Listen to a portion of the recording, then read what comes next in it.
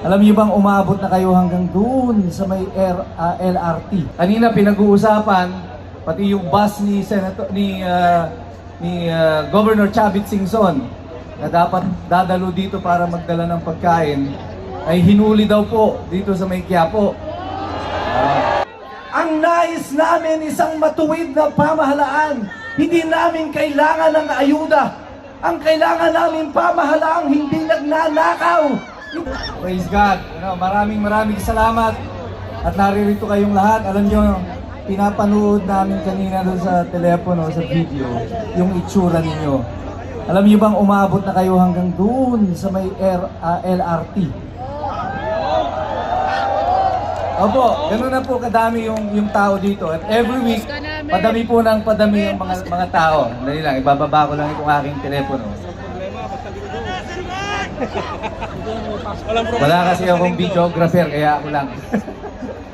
Naglakad ako kanina mula doon, sa dulo, paparating dito. Nagulat ako sa dami po ng tao, sa totoo lang. It's amazing na ako po ay naririto ngayon sa Liwasang Bonifacio. Marami pa po sanang dadating dito. Kanina pinag-uusapan, pati yung bus ni Governor Chavit Singson na dapat dadalo dito para magdala ng pagkain ay hinuli daw po dito sa may Quiapo.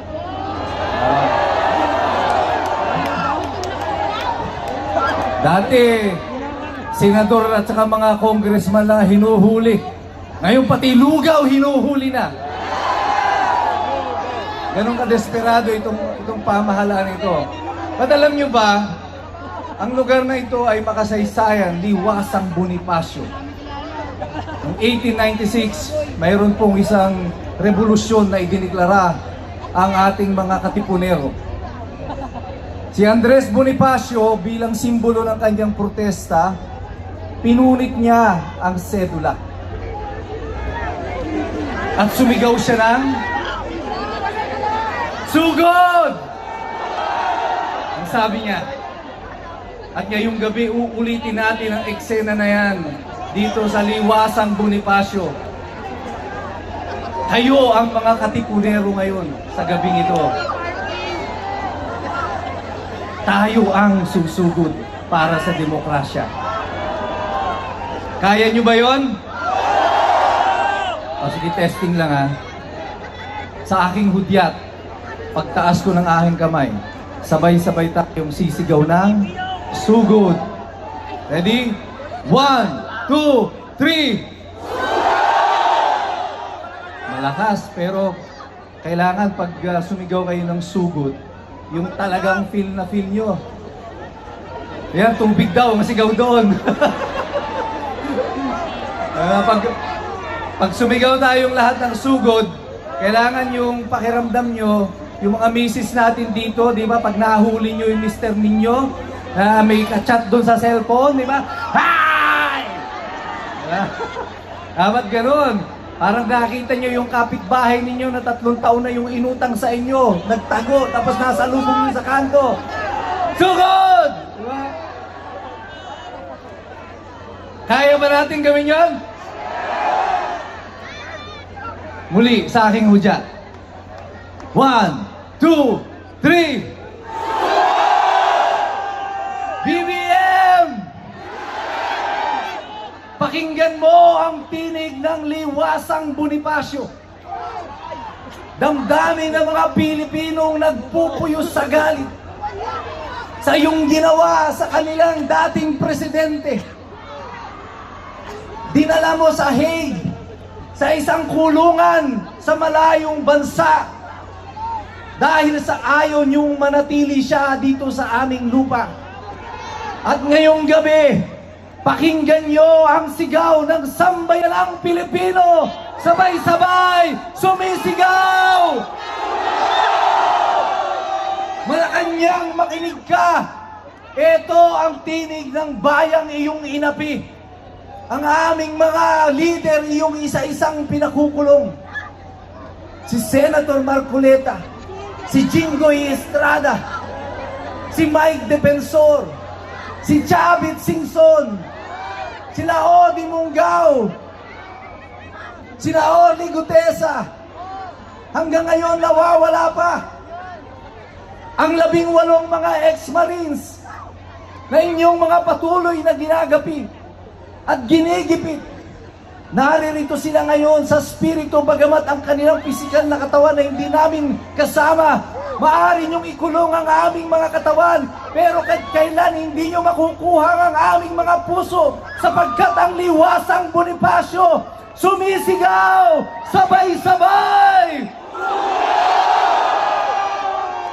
Naririnig niyo ba ito, Malacanang?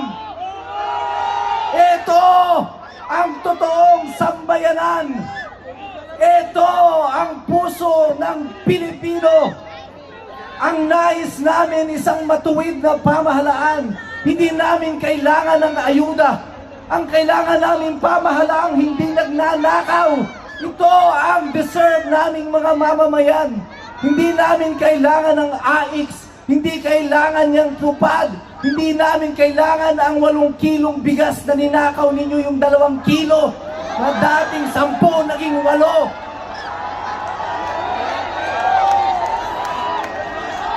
Ang kailangan namin, mga pinunong maglilingkod sa amin. Kasi yan ang dahilan kung bakit kayo naririyan. Pinagkatiwala namin sa inyo ang kapangyarihan upang gamitin sa aming kapakanan, hindi para inyong abusuhin. At ngayon sa gabing ito, binabawi ng Pilipino ang kapangyarihang ipinahiram sa inyo. At nagmumula dito sa liwasang Bonifacio, makinig kayo, Malacanang, ang taong bayan, sabay-sabay, sumisigaw!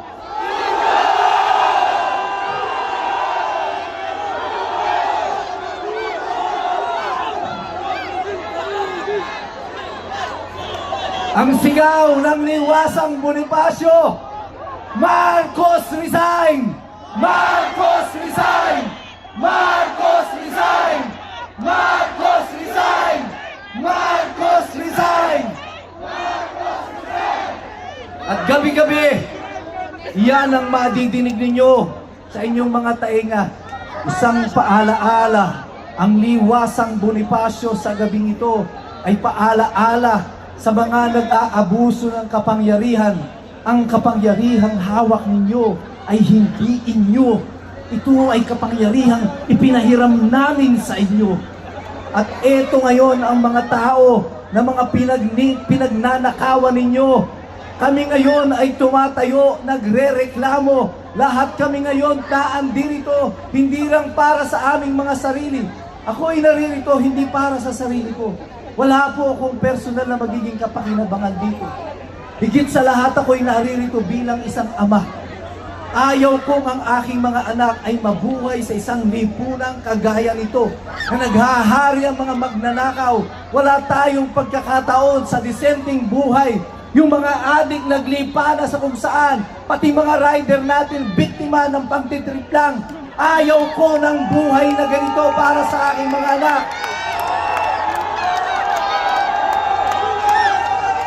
Mayaman ang Pilipinas. Napakayaman ng Pilipinas. Pero yung kayamanan natin, ninanakaw ng iilan at ginagawa tayong mga aba at mga pulubi at ginagawa tayong mga walang kwentang mga tao at sinasabi lang sa atin, eto lang ang sa inyo, isang supot na bigas. Eto ang sa inyo, 2,000 piso bayad sa boto nyo, 1,000 piso. Pero ang Pilipino, tayo ay mga marangal na mga tao.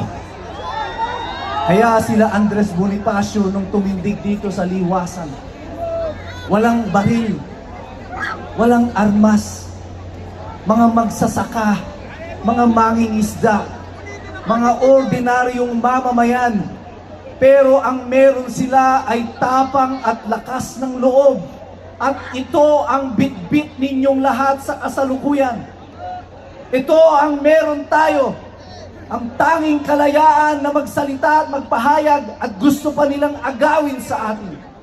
Kaya nakakulong yung ating mga pinuno, hindi dahil sila ay mga korap, kundi dahil sila ay nagsasalita. Kaya tayong lahat nagsasabi sa inyo, dyan sa Malacanang, pakinggan ninyo ang tinig ng liwasan. Pakinggan ninyo ang tinig ng sambayanang Pilipino. Sabay-sabay